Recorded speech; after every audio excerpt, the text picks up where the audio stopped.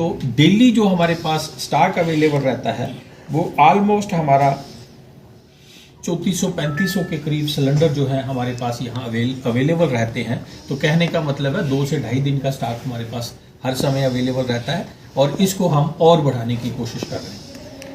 बात करेंगे अगर पेट्रोल और डीजल की, 6 से 7 दिन का स्टॉक हमारे पास अवेलेबल रहता है और आज भी अगर मैं बात करूं तो उतना ही स्टॉक हमारे पास अवेलेबल है। अगर हम डेली कंजम्पशन की बात करें पेट्रोल की तो 42,000 के लीटर्स के आसपास उसकी कंजम्पशन है। तो हमारे पास 2,99,820 लीटर जो है वो डिस्ट्रिक्ट में अवेलेबल है। इसी तरह से अगर हम डीजल की बात करें तो हमारी डेली कंजम्पशन जो है वो 58,000 के आसपास है और हमारे पास जो स्टॉक अवेलेबल है वो 3,02,660 अवेलेबल है। तो कहने का मतलब ये है कि 5 से 7 दिन का स्टॉक हमारे पास डीजल और पेट्रोल का अवेलेबल है। तो एसेंशियल कमोडिटीज में किसी भी चीज़ की कोई कमी नहीं है। इसके साथ साथ अगर हम फर्टिलाइजर्स की बात करें, जैसे यूरिया है, डीएपी है, डीएपी सोइंग के टाइम यूज होता है, यूरिया इन बिटवीन भी यूज होता है। तो किसी भी जगह से कहीं से भी हमें इस स्टॉक की जो कमी है वो रिपोर्ट नहीं हुई है और as per the reports of the department हमारे पास सफिशिएंट स्टॉक्स अवेलेबल है।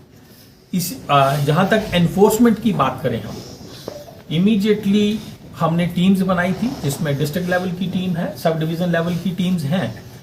उन टीम्स ने आज तक 197 इंस्पेक्शंस की हैं, जिसमें से फाइन भी किया गया है और डोमेस्टिक सिलेंडर्स जो कमर्शियल एस्टेब्लिशमेंट से यूज कर रही थी उनको सील भी किया गया है।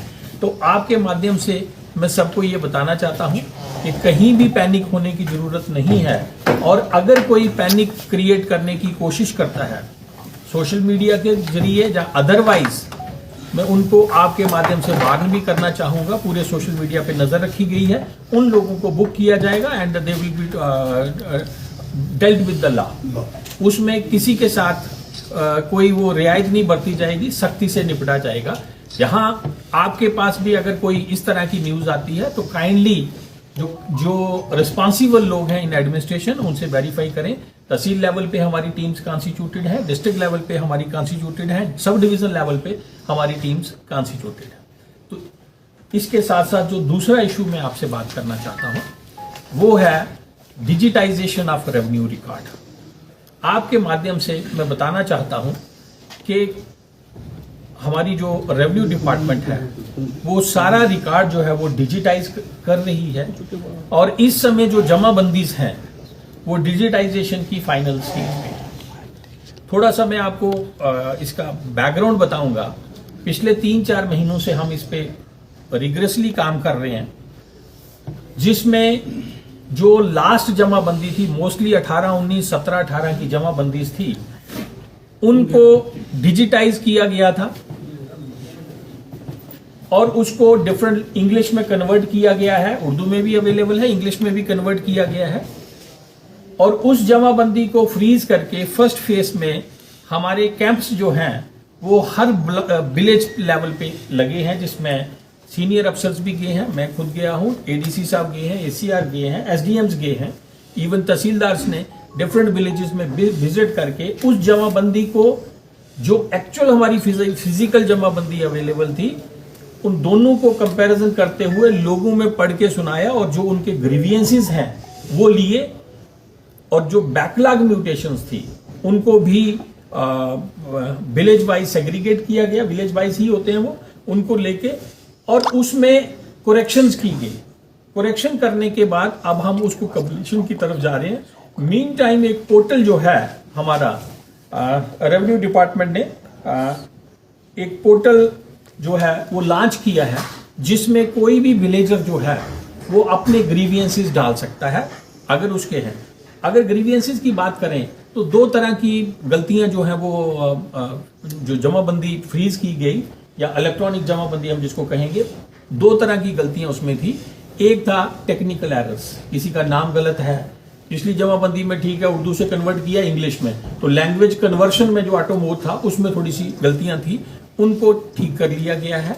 बैकलॉग म्यूटेशन 2017-18 या 18-19 की जमाबंदी थी, उसके बाद आज तक जो इनहेरिटेंस म्यूटेशंस हुई थी या डिफरेंट कोर्ट ऑर्डर्स के तहत या डिफरेंट म्यूटेशंस जो थी, उनको बैकलॉग म्यूटेशन के तौर पे कंसीडर करके उनको एंटर किया गया है नई जमाबंदी तैयार करने के लिए।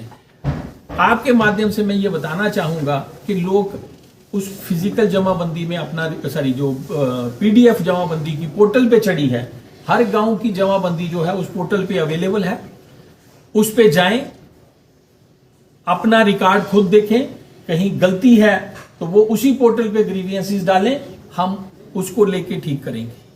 इसमें दूसरी तरह की जो गलती थी वो थी कासी जुडिशियल टाइप, जिसमें म्यूटेशन की जरूरत है। किसी जैसे एक म्यूटेशन हुई है, दो भाइयों का नाम है, तीसरे का नाम नहीं है इनहेरिटेंस म्यूटेशन में, तो उसमें there is a provision of appeal. उस तरह के ग्रीवियंसेस भी हैं तो वो पोर्टल पे डालें ताकि उनको गाइड करके जो भी लीगली पॉसिबल है हम करके, ताकि हमारा साफ रिकॉर्ड जो है हम उसको ऑनलाइन कर पाएं और लोगों को वो फिर किसी पटवारी के पास जाने की जरूरत नहीं पड़ेगी, फर्द कटवाने की जरूरत नहीं पड़ेगी, वो ऑटोमेटिकली हर चीजें जो हैं वो ऑनलाइन सर्विसेज में कंसीडर होंगी। और ग्रीवियंसेस पोर्टल अगर हम करें तो jk.jk.gov.in ये हमारा पोर्टल है जिस पे जो है वो ग्रीवियंसेस डाल सकते हैं। और फिजिकली भी अगर वो कोई जिसको ये नॉलेज नहीं है पोर्टल पे खुद नहीं डाल सकता है, वो कंसर्न पटवारी को कांटेक्ट करे और या कहीं से भी वो अपने ग्रीवियंसेस उस पोर्टल पे अपने रिकॉर्ड के बारे में डाल सकता है। Thank you.